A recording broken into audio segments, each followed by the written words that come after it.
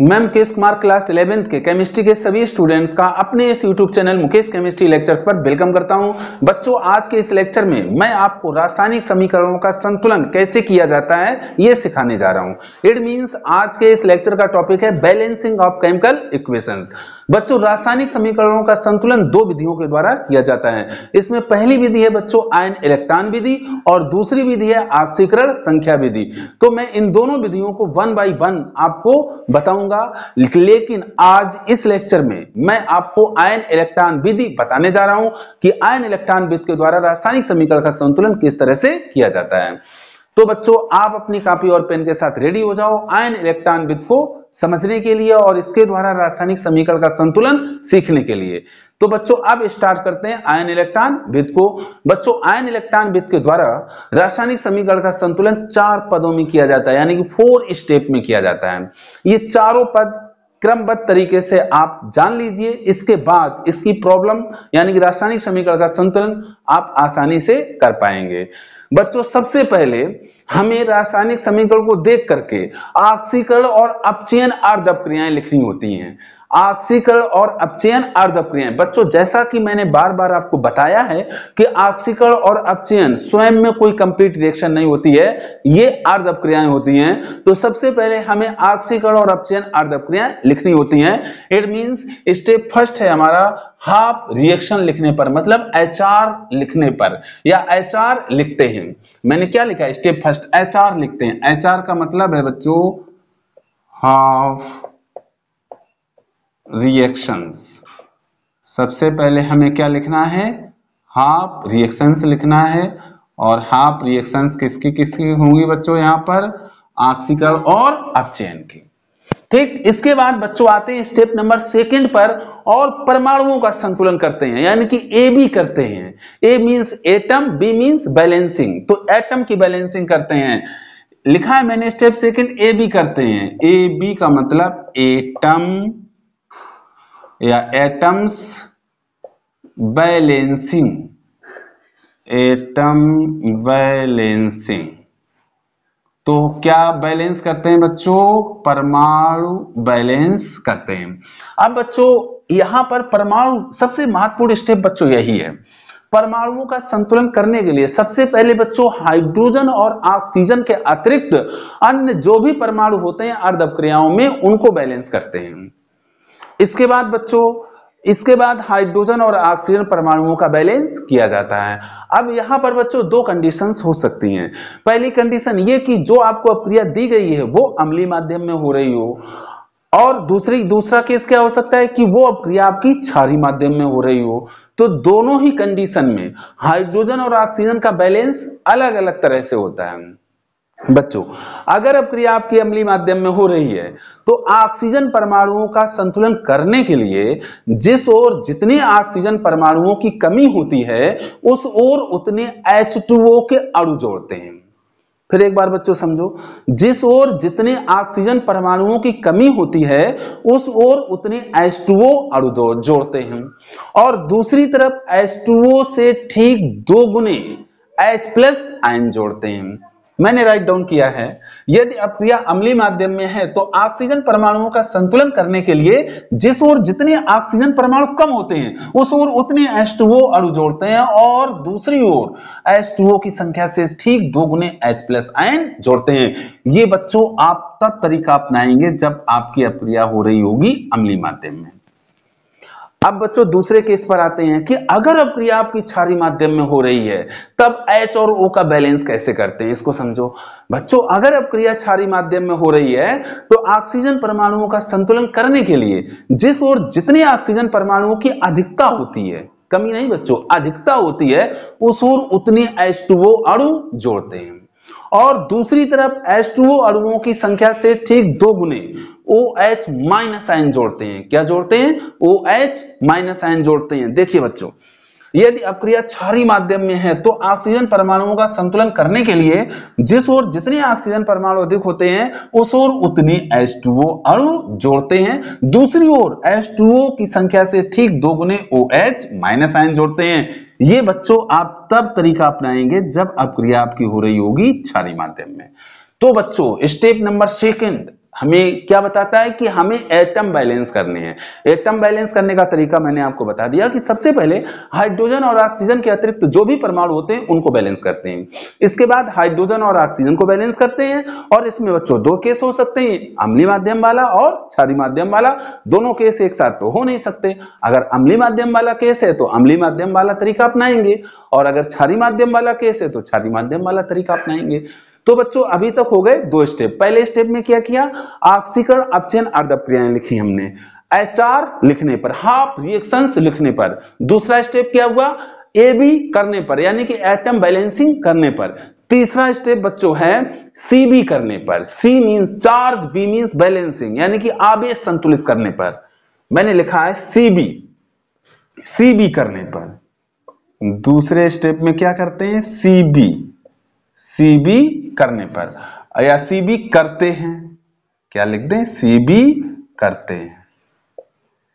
अब यहां सी से मतलब है बच्चों चार्ज,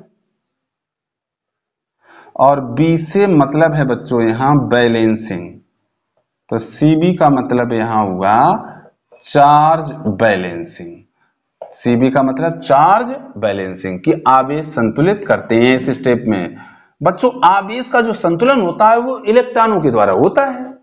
आवेश का संतुलन इलेक्ट्रॉनों के द्वारा होता है, और एक इलेक्ट्रॉन पर एक यूनिट ऋण आवेश होता है। तो इलेक्ट्रॉनों की आवश्यक संख्याएं हम अर्ध अपक्रियाओं में जोड़ करके आवेश को संतुलित कर लेते हैं। किस तरह से होता है अभी बच्चों मैं क्वेश्चन बताऊंगा, वहां आपको ये सारी चीजें क्लियर हो जाएंगी। अभी एक बार आप प्रोसेस को ध्यान में लाइए। तो इलेक्ट्रॉनों की आवश्यक संख्या हम अर्ध अपक्रियाओं में जोड़ते हैं और आवेश को संतुलित कर लेते हैं। इसके बाद सबसे अंतिम स्टेप, यानी कि स्टेप नंबर 4 क्या है, कि दोनों अर्ध अपक्रियाओं में जो इलेक्ट्रॉन आपने जोड़े हैं उन इलेक्ट्रॉनों की संख्याएं आपस में करते हैं बराबर। बच्चों एक अपचयन अर्ध अपक्रिया होती है, एक ऑक्सीकरण होती है। तो एक अपक्रिया में अगर आपने इलेक्ट्रॉन बाईं तरफ जोड़े हैं तो दूसरे में आप जोड़ेंगे दाईं तरफ। तो इन दोनों की संख्याएं जब बराबर करके आप जोड़ेंगे तो इलेक्ट्रॉनों की बराबर संख्याएं एक दूसरे से कैंसिल हो जाएंगी, और जोड़ने से जो समीकरण हमें प्राप्त होती है वही होती है संतुलित रासायनिक समीकरण। संतुलित रासायनिक समीकरण। तो बच्चों आपको ध्यान में रखना है कि आयन इलेक्ट्रॉन विद के द्वारा रासायनिक समीकरण का संतुलन 4 पदों में होता है। पहले पद में हम ऑक्सीकरण अपचयन अर्ध अपक्रियाएं लिखते हैं, यानी कि एचआर लिखते हैं। दूसरे पद में परमाणु संतुलित करते हैं, यानी कि एबी करते हैं। तीसरे पद में आवेश संतुलित करते हैं, यानी कि सीबी करते हैं। चौथे स्टेप में इलेक्ट्रॉनों की संख्या दोनों एचआर में, यानी कि दोनों अर्ध अपक्रियाओं में बराबर करते हैं और दोनों अर्ध अपक्रियाओं को आपस में जोड़ते हैं, जिससे इलेक्ट्रॉन कैंसिल हो जाते हैं और हमें संतुलित रासायनिक समीकरण प्राप्त हो जाती है। अब बच्चों ये जो प्रोसेस मैंने आपके लिए यहाँ राइट डाउन कर रखी है, इस प्रोसेस को आप स्क्रीनशॉट लेते हुए अपनी कॉपी में नोट कर लो। हाँ बच्चों एक बात ध्यान रखिएगा, ये प्रोसेस कभी एग्जाम में नहीं पूछी जाती है। आपसे असंतुलित रासायनिक समीकरण संतुलित करवाया जाता है, लेकिन आप तभी आप संतुलित कर पाएंगे संतुलित रासायनिक समीकरण को जब आपको उसकी प्रोसेस पता होगी। तो आप इसको लिख लीजिएगा और इसको ध्यान में रखकर ही समीकरण का संतुलन करेंगे। Cr3 plus CO2। आप वही स्टेप बाय स्टेप जो स्टेप मैंने आपको बताया, पहले स्टेप में क्या है पहले स्टेप में बच्चों हाफ रिएक्शंस लिखने पर, तो हम लिखेंगे HR लिखने पर, यानी कि अर्ध अपक्रियाएं लिखने पर। अब बच्चों यहां पर आपको सीधे सीधे अर्ध अपक्रियाएं लिखनी है, आपको यह नहीं पता करना है कौन सी अर्ध अपक्रिया ऑक्सीकरण की है कौन अपचयन की है, इसकी हमें कोई जरूरत नहीं है। तो इसके लिए आपको तरीका बताएं। अब कारकों में देखो यहाँ Cr2O7 2- है और C2O4 2- है। उत्पाद में Cr3 प्लस है और CO2 है। अब बच्चों ध्यान दो, Cr2O7 2- से क्या बना होगा Cr3 प्लस, मतलब इसका संबंध किससे होगा Cr, जिसमें Cr होगा उससे संबंध होगा, और C2O4 का संबंध किससे होगा CO2 से। तो इन्हीं रिलेशन से हम इसके अर्ध अपक्रिया आसानी से लिख देंगे। देखो पहली क्या हो जाएगी Cr2O7 2- और इसका रिलेशन मुझे किससे दिखाना है Cr3 प्लस से, पहली अर्ध अपक्रिया हो गई। दूसरी देखो C2O4 2- और इसका रिलेशन हमें दिखाना है CO2 से। तो ये मेरा पहला स्टेप हो गया। अब दूसरा स्टेप बच्चों परमाणु संतुलित करने पर, यानी कि AB करने पर आते हैं दूसरे स्टेप पर और लिखते हैं AB करने पर, क्या करने पर, ए बी करने पर, शॉर्ट में लिखते हैं बच्चों ए बी करने पर। तो ये दूसरा स्टेप और ये पहला स्टेप था HR लिखने पर। अब ए बी बैलेंस, तो पहली अर्धक क्रिया उठाओ Cr2O7 2 माइनस, और इससे बन क्या रहा है बच्चों यहाँ Cr3 प्लस, और दूसरी अर्धक क्रिया क्या है बच्चों C2O4 2 माइनस, और इससे क्या बन रहा है CO2। अब बच्चों थोड़ा स्पेस यहाँ रखते हैं ताकि अगर हमें कुछ जोड़ना है तो आसानी से हम उसको यहाँ लिख सकते हैं, लिखने में आसानी रहे। अब बच्चों देखो, मैंने आपको बताया था कि एटम बैलेंसिंग में सबसे पहले हाइड्रोजन और ऑक्सीजन के अतिरिक्त जो परमाणु होते हैं उनको बैलेंस करते हैं। इस अर्धक क्रिया को देखो, इसमें हाइड्रोजन और ऑक्सीजन के अतिरिक्त क्या है, क्रोमियम, जो कि बैलेंस नहीं है। यहाँ पे 2 क्रोमियम है और यहाँ पर 1 क्रोमियम है। तो सबसे पहले क्रोमियम परमाणु की संख्या को बैलेंस करिए बच्चों। यहाँ 2 है, यहाँ 1 है, यानी कि 1 को हमें 2 के बराबर करना है। तो कहने का मतलब है कि इसमें हम किससे गुणा कर देंगे, 2 से गुणा कर देंगे। अब बच्चों क्रोमियम हो गया बैलेंस। तो इसके बाद अब चूंकि अब क्रिया ये हमारी अम्लीय माध्यम में हो रही है, तो ऑक्सीजन परमाणु को संतुलित करने के लिए मैंने आपको रूल बताया है कि जिस ओर जितने ऑक्सीजन परमाणु कम होते हैं उस ओर उतने H2O जोड़ते हैं। तो बच्चों देखो, यहाँ 7 ऑक्सीजन है और यहाँ कोई ऑक्सीजन नहीं है। इट मींस दाईं तरफ यानी कि उत्पादों की तरफ 7 ऑक्सीजन परमाणु कम है, तो यहाँ हम 7 क्या जोड़ेंगे, H2O। क्या जोड़ेंगे, 7H2O। फिर बच्चों मैंने क्या बताया कि दूसरी तरफ H2O अणुओं की संख्या से ठीक 2 गुने H+ आयन जोड़ते हैं, यानी कि इधर क्या जोड़ेंगे, 7 का डबल बताओ बच्चों 14, और क्या H+। तो दूसरी तरफ H2O की संख्या से ठीक 2 गुने H+ आयन जोड़ते हैं। अब बच्चों आप इसको चेक कर सकते हैं, इसमें परमाणुओं की संख्या बैलेंस हो चुकी है। अब दूसरी अर्धक क्रिया को उठाते हैं। दूसरी अर्धक क्रिया में इसमें भी वही क्रम उसी क्रम से परमाणु संतुलित करेंगे। सबसे पहले हाइड्रोजन और ऑक्सीजन के अतिरिक्त जो परमाणु होते हैं उन्हें बैलेंस करते हैं। बच्चों इस अर्धक क्रिया में हाइड्रोजन और ऑक्सीजन के अतिरिक्त, हाइड्रोजन तो है ही नहीं, ऑक्सीजन है, तो इसके अतिरिक्त इसमें परमाणु जो है वो कार्बन है, और जो कि बैलेंस नहीं है। इसमें 2 कार्बन है, इसमें 1 कार्बन है। तो पहले हम कार्बन को बैलेंस करेंगे। कैसे, 2 2 1 2 1, यानी कि 1 को 2 के बराबर करना है। तो कहने का मतलब है कि 1 में हमें 2 का गुणा कर देना है। बच्चों जब आप इसमें 2 का गुणा कर देते हैं तो आप देखते हैं कि ऐसा करने से कार्बन बैलेंस तो हो ही गए, साथ साथ ऑक्सीजन भी बैलेंस हो गए, 2 दूना 4, ऑक्सीजन भी बैलेंस हो गया। तो अब हमें इसमें हाइड्रोजन या ऑक्सीजन को बैलेंस करने की आवश्यकता नहीं है, क्योंकि सारे परमाणु इसमें संतुलित हो चुके हैं। तो इस तरह से आपने एटम बैलेंस कर लिए। अब बच्चों आते हैं स्टेप नंबर 3 पर, जिसमें मैंने कहा कि चार्ज बैलेंस करते हैं, आवेश संतुलित करते हैं, आवेश संतुलित करते हैं। तो अब हम लिखेंगे CB करने पर, यानी कि आवेश संतुलित करने पर। तो ये भी बहुत ही सिंपल स्टेप है। देखो बच्चों, इसको पहली अर्धक क्रिया क्या है हमारे पास, Cr2O7 2 माइनस प्लस 14H+। थोड़ा सा स्पेस यहां छोड़ेंगे और लिखेंगे 2Cr3 प्लस प्लस 7H2O। दूसरी अर्धक क्रिया C2O4 2 माइनस, और थोड़ा सा स्पेस इसके पास भी छोड़ देंगे, और इधर क्या है 2CO2। अब बच्चों इसको ध्यान से आप देखो, आवेश दोनों तरफ का कैलकुलेट करो। पहले इस अर्धक क्रिया को पकड़ो और देखो इसमें बाईं तरफ आवेश कितना है और दाईं तरफ आवेश कितना है।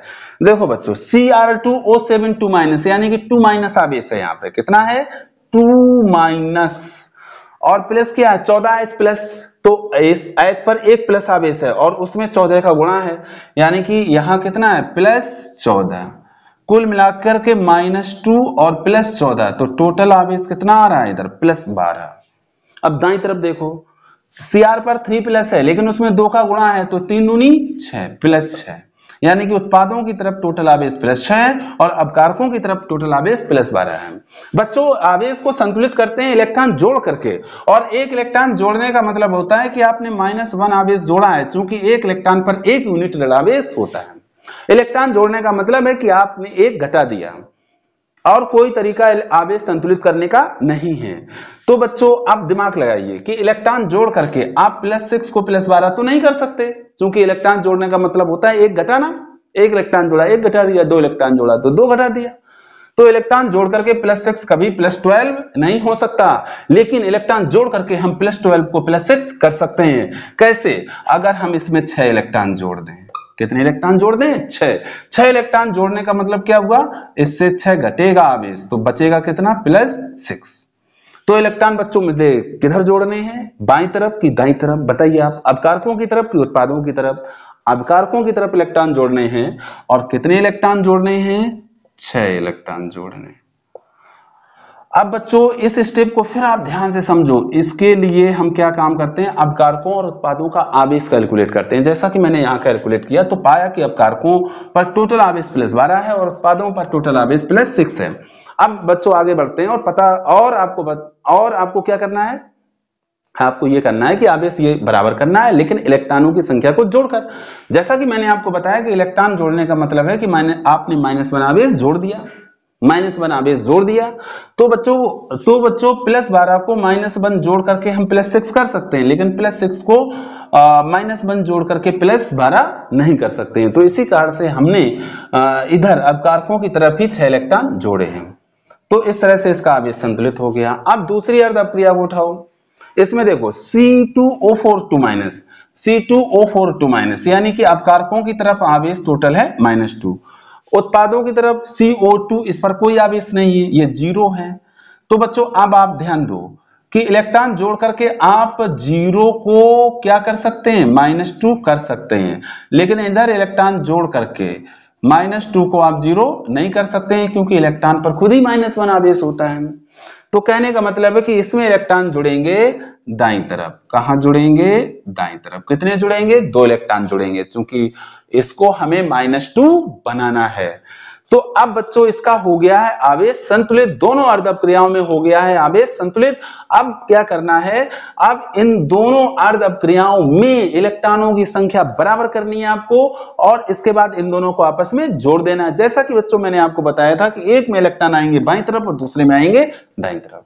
तो मैथमेटिक्स की भाषा में जब आप इनको जोड़ेंगे, तो अगर जोड़ते समय इलेक्ट्रॉन बराबर हुए तो आप जानते हो कि अगर एक में बाईं तरफ संख्या बराबर रखी हुई है और दूसरी तरफ दाईं तरफ रखी हुई है, तो आप जानते हो कि अगर बाईं और दाईं तरफ संख्या बराबर रखी हुई है और उसके चिन्ह विपरीत हैं तो वो आपस में कट जाती हैं। तो इसी तरह से अगर एक में इलेक्ट्रॉन बाईं तरफ है और दूसरे में दाईं तरफ है और दोनों तरफ इलेक्ट्रॉनों की संख्या बराबर है, तो इलेक्ट्रॉनों की संख्या एक दूसरे से कैंसिल हो जाती है।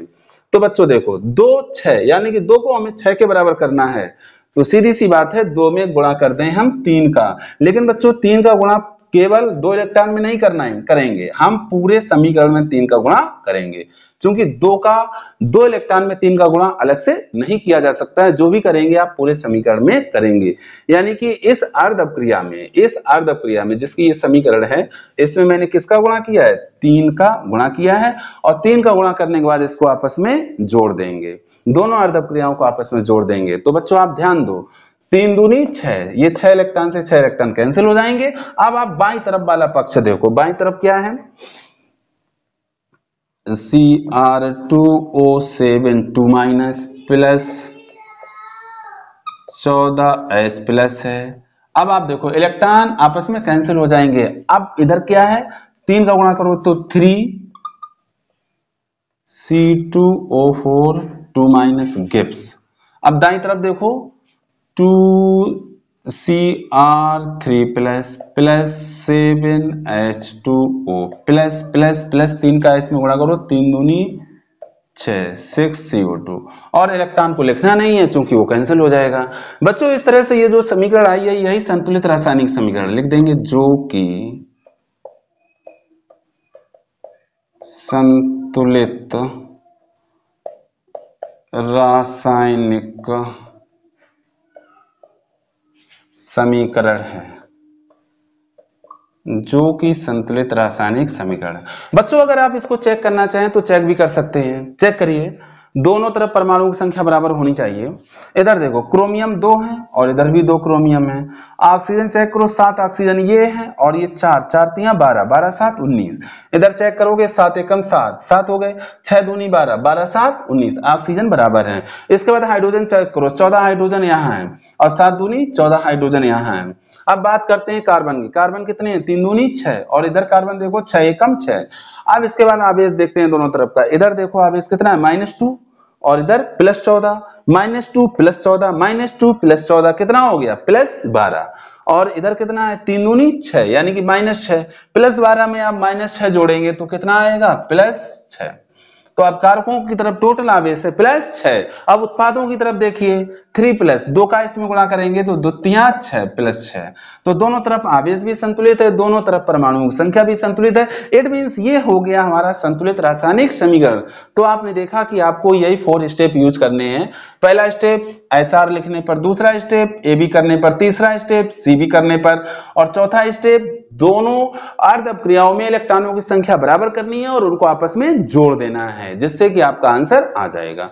तो अब बच्चों इसका स्क्रीनशॉट लो, अपनी कॉपी में करो इसको नोट। अब बच्चों क्षारीय माध्यम वाली रासायनिक समीकरण को भी संतुलित करके देखते हैं। क्या है बच्चों क्षारीय माध्यम वाली? क्षारीय माध्यम वाली ये लिखी हुई है MnO4 minus plus SO3 2 minus, फिर क्या है MnO4 2 माइनस, फिर क्या है प्लस SO4 2 माइनस। तो इसको हम सॉल्व करने जा रहे हैं, संतुलित करने जा रहे हैं। तो मेरा पहला काम क्या है? सेकेंड पार्ट है, सेकेंड रिएक्शन है, इसी को सॉल्व कर रहे हैं। पहला काम क्या है? HR लिखने पर क्या लिखना है हमको? HR लिखना है, यानी कि अर्ध अपक्रियाएं लिखने पर। अब बच्चों मैंने आपसे ये कहा था कि आपको ये पता नहीं करना है कि कौन सी अर्ध अपक्रिया ऑक्सीकरण की है, कौन अपचयन की है, आपको बस लिखना है। तो बच्चों अब कारकों की तरफ देखो, यहाँ MnO4 माइनस है और इधर क्या है? उत्पादों की तरफ MnO4 2 माइनस और दूसरा क्या है कारक? SO3 2 माइनस और दूसरा उत्पाद है SO4 2 माइनस। तो आपको बात ये समझ में आ गई होगी कि MnO4 माइनस का संबंध हमें किससे करना है? MnO4 2 माइनस से, और SO3 2 माइनस का संबंध करना है SO4 2 माइनस से। तो देखो पहली अर्ध अपक्रिया MnO4 माइनस गिब्स क्या हो जाएगा? MnO4 2 minus. दूसरी अर्ध अपक्रिया SO3 2 माइनस गिब्स क्या हो जाएगा? SO4 2 minus. ठीक, पहला स्टेप हमारा हो गया। दूसरा स्टेप बच्चों क्या होता है? एटम बैलेंसिंग, यानी कि AB करने पर क्या लिखेंगे? AB। बहुत सारी लैंग्वेज बच्चों नहीं लिखते हैं, शॉर्ट में ही लिखते हैं इसको AB करने पर। AB करने पर तो पहला अर्ध अपक्रिया उठाएंगे MnO4 माइनस, और इधर क्या है? थोड़ा स्पेस बच्चों यहाँ छोड़ते हैं ताकि अगर हमें कुछ लिखना है तो उसको हम लिख सकें। MnO4 2 माइनस और दूसरी क्या है बच्चों? SO3 लिखते हैं बच्चों, SO3 2 माइनस और इधर क्या है? SO4 2 minus. अब पहली अर्ध अपक्रिया देखते हैं बच्चों। मैंने आपको रूल बताया कि सबसे पहले हाइड्रोजन और ऑक्सीजन के अतिरिक्त जो भी परमाणु होते हैं उनको बैलेंस करते हैं। बच्चों पहली अर्ध अपक्रिया में हाइड्रोजन और ऑक्सीजन, हाइड्रोजन तो बच्चों है ही नहीं, ऑक्सीजन है। ऑक्सीजन के अतिरिक्त यहाँ पर Mn है जो ऑलरेडी बैलेंस है, इसलिए हमें यहाँ कुछ भी करने की आवश्यकता नहीं। ठीक, अब दूसरी अर्ध अपक्रिया उठाते हैं। दूसरी में देखो यहां हाइड्रोजन और ऑक्सीजन के अतिरिक्त सल्फर है जो पहले से ही बैलेंस है। अब देखो ऑक्सीजन बैलेंस नहीं है, इधर 3 ऑक्सीजन है, इधर 4 ऑक्सीजन है। तो बच्चों बेसिक मीडियम वाला रूल यानी कि तरीका आप दिमाग में लाइए, उसको ध्यान करिए। वहां मैंने आपको बताया था कि अगर अपक्रिया आपकी क्षारीय माध्यम में हो रही है तो ऑक्सीजन परमाणु संतुलित करने के लिए जिस ओर जितने ऑक्सीजन अधिक होते हैं उस ओर उतने ही H2O जोड़ते हैं। तो बच्चों अधिक किधर है? दाईं तरफ। कितने अधिक हैं? 1 अधिक है, क्योंकि इधर 3 ऑक्सीजन है और इधर 4 है। तो यहां पर हमें 1 जोड़ना पड़ेगा H2O अणु। इसके बाद बच्चों मैंने क्या बताया था कि दूसरी तरफ H2O की संख्या से ठीक 2 गुने OH माइनस आयन जोड़ते हैं। तो इधर कितने OH माइनस जोड़ेंगे? 1 का डबल 2 OH माइनस। जब आप ऐसा करते हैं तो परमाणु बैलेंस हो जाते हैं। तो ये था हमारा बच्चों स्टेप नंबर सेकंड। अब आते हैं स्टेप नंबर थर्ड पर। स्टेप नंबर थर्ड मैंने बताया CB करने पर, CB करने पर यानी चार्ज बैलेंसिंग करने पर। तो जब CB बैलेंस करेंगे तब देखो MnO4 माइनस और इधर क्या है? MnO4 2 minus. दोनों तरफ का चार्ज देखते हैं बच्चों। इधर -1 चार्ज है अब कारक की तरफ और उत्पाद की तरफ है -2। इसको बैलेंस करना है, यानी कि -1 को -2 के बराबर आपको करना है। क्या जोड़ करके? इलेक्ट्रॉन। इलेक्ट्रॉन जोड़ने का मतलब है आप क्या जोड़ रहे हैं? -1। तो आपको ये दिमाग में आ रहा होगा कि अगर इधर हम -1 और जोड़ देंगे तो ये -3 हो जाएगा, और उसमें एक और -1 जोड़ देंगे तो -4 हो जाएगा। कुल मिलाकर के इधर आप इलेक्ट्रॉन जोड़ करके -2 को -1 नहीं बना सकते, लेकिन इधर जब आप इलेक्ट्रॉन जोड़ते हैं तो आप -1 को -2 भी कर सकते हैं, -3 भी कर सकते हैं, -4 भी कर सकते हैं, लेकिन हमें कितना करना है? -2। तो इधर आपको क्या जोड़ना है? एक इलेक्ट्रॉन जोड़ना है, यानी कि उपकारकों की तरफ हमें एक इलेक्ट्रॉन जोड़ना है। जब आप एक इलेक्ट्रॉन यहां जोड़ देंगे तो इसका हो जाएगा आवेश संतुलित। अब बच्चों दूसरी अर्धव क्रिया पर आते हैं, जो मैंने लिख रखी है SO3 प्लस 2OH-। आप इधर देखो, अब इसमें बाईं तरफ तो इलेक्ट्रॉन नहीं जुड़ेंगे चूंकि इसमें जुड़ चुके हैं, इसमें जुड़ेंगे दाईं ओर। क्या है? SO4 plus H2। अब दोनों तरफ का आवेश कैलकुलेट करो। देखो बच्चों SO3 तो इसमें बाईं तरफ आवेश कितना है? -2, और फिर OH माइनस इसमें 2 का गुणा है तो इस पर भी -2 है, तो -2 कितना हो गया? -4। अब दाईं तरफ देखिए SO4 तो -2 चार्ज, और H2O पे कोई चार्ज नहीं है, यानी कि एक तरफ आवेश है -4, दूसरी तरफ है -2। आपको पता है कि इलेक्ट्रॉन जोड़ करके हम -2 को -4 कर सकते हैं, लेकिन -4 को -2 नहीं कर सकते हैं। तो इधर कितने इलेक्ट्रॉन जोड़ दें बच्चों? 2 इलेक्ट्रॉन जोड़ दें, तो -2 चार्ज जुड़ गया और कितना हो जाएगा? -4। यानी कि इसमें हमें दाईं तरफ कितने इलेक्ट्रॉन जोड़ रहे हैं? 2 इलेक्ट्रॉन जोड़ने हैं। तो इस तरह से बच्चों इसका हो जाता है आवेश संतुलित। अब इसके बाद आते हैं स्टेप नंबर 4 पर, जो ये कहता है कि दोनों अर्धव क्रियाओं में इलेक्ट्रॉनों की संख्या बराबर करो और उनको 2 आपस में जोड़ो। तो बच्चों बराबर कैसे होगी? इसमें 1 इलेक्ट्रॉन है, इसमें 2 इलेक्ट्रॉन है, 1 2 1 2। तो 1 को हम 2 के बराबर कर सकते हैं। कैसे? 1 में जब हम 2 का गुणा करें तो ये 2 के बराबर हो जाएगा। यानी कि अगर हम इस अर्धव क्रिया में 2 का गुणा कर दें तो इलेक्ट्रॉनों की संख्या इधर भी 2 हो जाएगी, और ये 2 इलेक्ट्रॉन इधर वाले 2 इलेक्ट्रॉनों से हो जाएंगे कैंसिल। तो बच्चों इसको इस तरह से दिखाते हैं। लो, इसमें हो गया 2 का गुणा। अब इसके बाद इनको आपस में करते हैं, जोड़ देते हैं। बच्चों बहुत सारी आपको यहाँ पे भाषा लिखने की आवश्यकता नहीं है, ठीक है। देखो जब इसमें 2 का गुणा करेंगे तो इधर क्या हो जाएगा? 2MnO4 प्लस, अब इलेक्ट्रॉन आपस में कैंसिल हो जाएंगे, इधर अब क्या बचा? SO3 plus 2OH-। अब इधर हो गया गिब्स, इधर देखो 2 का गुणा करेंगे 2MnO4 2MnO4 और क्या है बच्चों इसमें? SO4 plus H2। तो बच्चों ये हो गई हमारी संतुलित रासायनिक समीकरण, यहां लिखेंगे, जो कि संतुलित रासायनिक समीकरण। अब बच्चों इसका आंसर भी चेक कर लेते हैं। देखो बच्चों सबसे पहले परमाणु चेक करो। Mn इधर 2 है, 2 Mn इधर है, तो Mn दोनों तरफ बराबर है। ऑक्सीजन चेक करो, 2 चौको 8, 8 हो गए, 8 3 11, 11 2 13। इधर देखो बच्चों 4 दूनी 8, 8 4 12, 12 1 13, यानी कि ऑक्सीजन भी बैलेंस है। इसके बाद सल्फर देखो, एक सल्फर है यहाँ, एक सल्फर है यहाँ, सल्फर भी बैलेंस है। हाइड्रोजन देखो 2 एकम 2, 2 हाइड्रोजन और 2 हाइड्रोजन यहाँ है। अब बच्चों आवेश देख लीजिए, -1 आवेश यहाँ पर है और इसमें 2 का गुणा है तो 2 एकम 2, -2 आवेश यहाँ है तो -2 -4, -1 आवेश है OH पर और इसमें 2 का गुणा है तो 2 एकम 2, फिर -2, तो -2 -6 हो गया। इधर देखो 2 माइनस है और इसमें 2 का गुणा है तो 2 दूनी 4, -4, और इधर भी -2 है तो -4 -2 कितना हो गया? -6। कहने का मतलब है कि दोनों तरफ आवेश भी संतुलित है, दोनों तरफ परमाणु भी संतुलित है, जिस कारण ये है संतुलित रासायनिक समीकरण। तो आपने बच्चों देखा कि हम अम्लीय माध्यम में समीकरण कैसे संतुलित करते हैं और क्षारीय माध्यम में कैसे संतुलित करते हैं।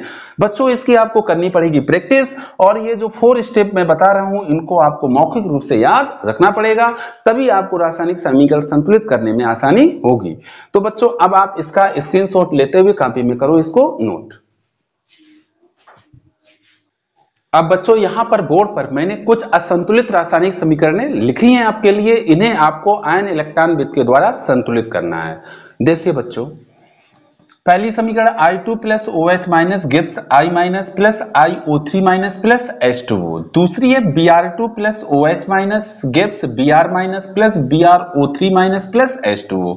आपको समझ में आ रहा होगा कि ये दोनों असंतुलित रासायनिक समीकरणें बिल्कुल एक जैसी हैं। तीसरी है MnO4 minus plus Fe2 plus gives Mn2 plus plus Fe3 plus plus H2O। और चौथी है MnO4 minus plus C2O4 2 minus plus H plus plus Mn2 plus plus CO2 plus H2O। बच्चों यहाँ पर जो बहुत ही इंपॉर्टेंट बात है वो ये है कि जो H प्लस होता है ये सिंबल होता है एसिडिक मीडियम का। किसका सिंबल है बच्चों? एसिडिक मीडियम का। ये बताता है कि यहाँ पर जो माध्यम है वो अम्लीय है। और जो OH माइनस होता है ये सिंबल होता है बच्चों बेसिक मीडियम का, सिंबल होता है बेसिक मीडियम का। इसको आप ध्यान में रखेंगे। अब बच्चों ये जो पहली यहां पर मैंने समीकरण दी, अच्छा ठीक है पहले इसको कर देते हैं, सॉल्व करते हैं, इसको संतुलित करते हैं ताकि आप अगली आसानी से कर सकें। बच्चों यहां पर असंतुलित समीकरण है I2 plus OH minus gives I minus plus क्या है iO3 minus plus H2O plus H2O। अब बच्चों यहां पर जब आप इसको देखते हैं तो आपके दिमाग में ये बात आ रही होगी कि इसमें दो अर्ध अपक्रियाएं कौन कौन सी हैं। तो बच्चों यहां पर सबसे पहली बात तो ये है कि ये जो OH माइनस है इससे आपको कतई टेंशन नहीं लेनी है। ये यहां पे ये बता रहा है कि ये अपक्रिया क्षारीय माध्यम में हो रही है। किस में हो रही है? क्षारीय माध्यम में हो रही है। मैंने जैसा कि यहाँ पे आपको बता दिया है कि OH माइनस जो होता है ये क्षारीय माध्यम को डिनोट करता है। और बच्चों I2 यहां पर बच्चों मैंने आपको पिछले लेक्चर वीडियो में आपको बताया था, जो रेडॉक्स अपक्रिया से रिलेटेड है उसे मैंने आपको बताया था कि रेडॉक्स अपक्रियाएं 3 प्रकार की होती हैं, अंतराणुक, अंताणुक और असमानुपातन रेडॉक्स अपक्रियाएं।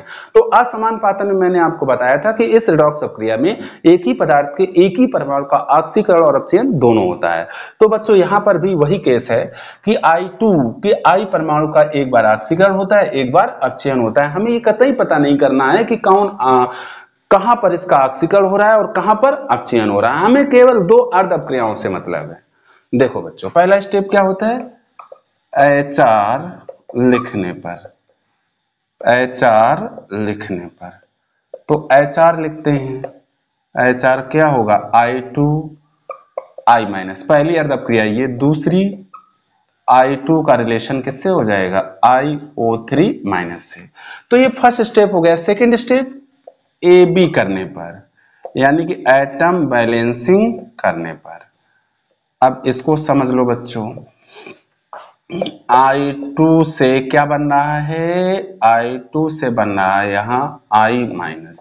इसमें बच्चों आपको बताया जाता है कि सबसे पहले हाइड्रोजन और ऑक्सीजन के अतिरिक्त अन्य सभी परमाणुओं को संतुलित करिए।